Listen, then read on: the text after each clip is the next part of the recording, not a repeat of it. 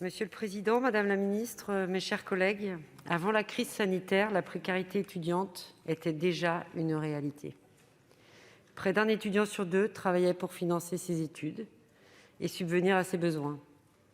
L'accès au logement, aux soins, à une alimentation saine relevait d'un défi au quotidien pour bon nombre de nos étudiants.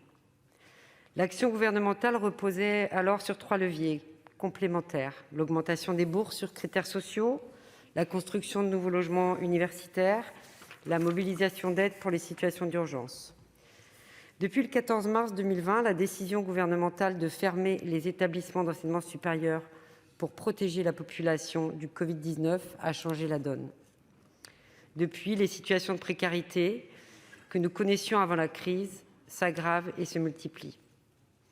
La moitié de nos étudiants qui travaillaient pour vivre ont perdu leur emploi. À cela s'ajoute la détresse psychologique liée à l'isolement social d'une grande partie de notre jeunesse. L'étude menée à ce sujet par l'Observatoire national de la vie étudiante en dit long, puisque 31% des étudiants interrogés ont connu une détresse psychologique lors du confinement. S'ajoutent encore les incertitudes qui pèsent sur l'avenir des futurs diplômés. L'accès aux stages, dans un tel contexte de crise sanitaire et économique, est fortement menacé. La constitution des futurs réseaux professionnels l'est tout autant. Nous connaissons des risques accrus de décrochage scolaire, notamment en première année de licence. Tout n'est pas perdu. L'apprentissage a connu un engouement inédit l'an passé, malgré la crise, avec la signature de 500 000 contrats.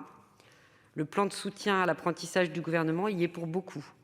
Nous sommes très favorables aux indépendants à la prorogation de ce dispositif, comme l'a indiqué notre ministre du Travail, Élisabeth Borne.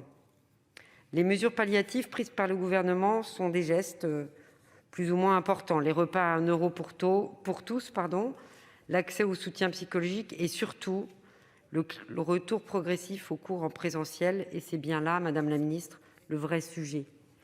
Les étudiants demandent à étudier dans de bonnes conditions, à retrouver le lien avec leur université, leurs professeurs, leurs camarades.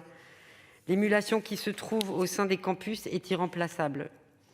Je partage à cet égard l'avis du professeur Delfraissy: le retour en cours des étudiants est une question de santé publique. Nous devons aussi veiller à la bonne lisibilité de l'action publique et pour cela assurer une cohérence entre les différentes décisions. Comment, beaucoup de mes collègues l'ont dit, justifier la fermeture des universités par prudence, alors que les classes prépa et les classes de BTS restent ouvertes? Les étudiants demandent que leur avenir ne soit pas sacrifié. Ils demandent surtout à être écoutés et pris en considération.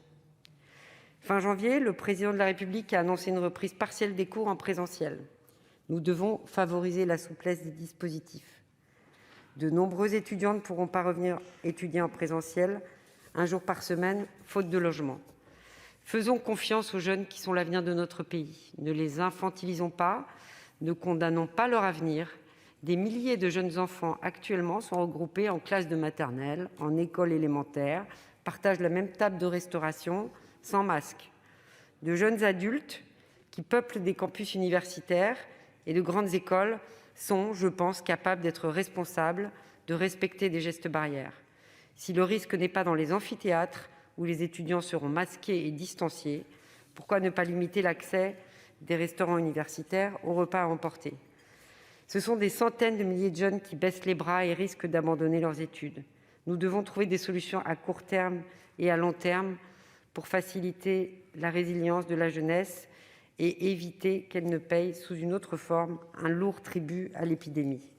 N'oublions pas, elle est la richesse de la France de demain. Je vous remercie. Merci.